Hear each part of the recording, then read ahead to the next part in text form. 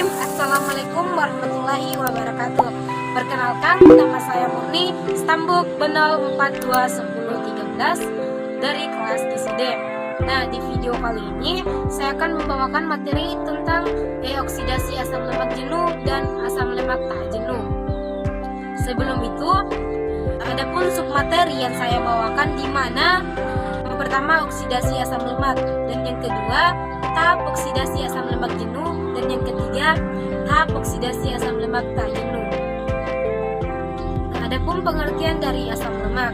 Asam lemak merupakan sekelompok senyawa hidrokarbon yang berantai panjang dengan gugus karboksilat pada ujungnya.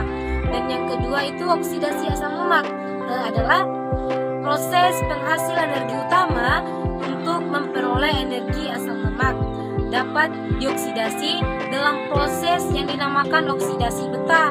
Nah, adapun pengertian dari oksidasi beta, di mana oksidasi beta adalah proses metabolisme di mana asam lemak dipecah dalam mitokondria dan dalam peroksisom untuk menghasilkan asetil koenzim A. Nah, adapun proses oksidasi asam lemak. Lemak dalam tubuh tidak hanya berasal dari makanan yang mengandung lemak, tetapi terdapat pula berasal dari karbohidrat, protein. Nah, hal ini dapat terjadi karena ada hubungan antara metabolisme dan karbohidrat lemak dan protein atau asam amino. Nah, asam lemak yang terjadi dalam proses hidrolisis lemak mengalami proses oksidasi dan menghasilkan asetil koenzim A.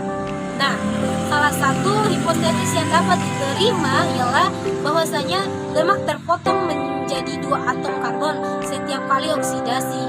Oleh karenanya oksidasi terjadi pada atom. Nah, adapun gambaran dari oksidasi asam lemak yaitu proses beta oksidasi asam lemak. Nah, dari asam lemak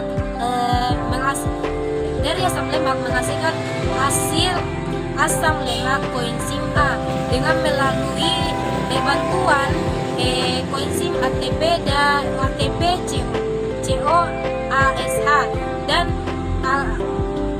AMP plus PPI. Nah, di mana asetil asam lemak dihidrogenase dengan bantuan koenzim FAD dan koenzim FADH, di mana menghasilkan enoil koenzim A. Nah, dari enoil dihidrogenase dengan menggunakan bantuan H2O dan menghasilkan hidroksil koenzim A. Nah, dari koenzim A dihidrogenase dengan 2T2 bantuan melalui koenzim NAD dan koenzim NADH dan menghasilkan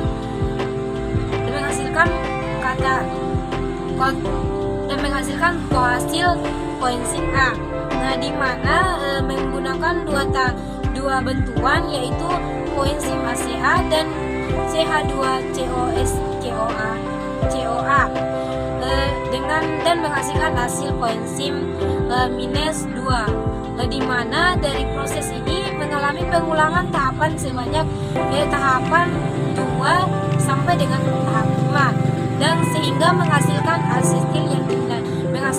asetil koenzim A. Nah, adapun tahap oksidasi asam lemak jenuh, di mana asam lemak jenuh yaitu lemak yang semua ikatan atom karbon pada rantai karbonnya berupa ikatan tunggal jenuh. Contohnya itu asam laurat, asam palminat, dan asam stearat. Nah, adapun yang pertama itu pembentuk asetil koenzim A dan asam lemak RCH2COH berlangsung dengan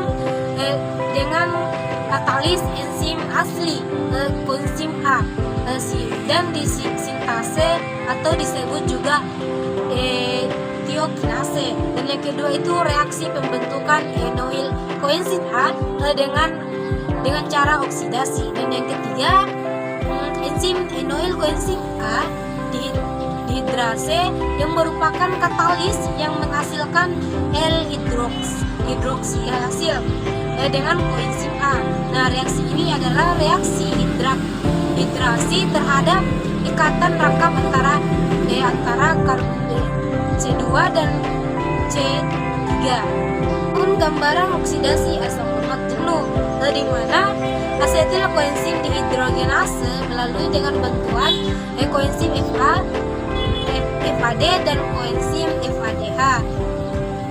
Nah, dari enoil koenzim dihidrogenase dengan melalui bantuan yaitu koenzim yaitu H2O.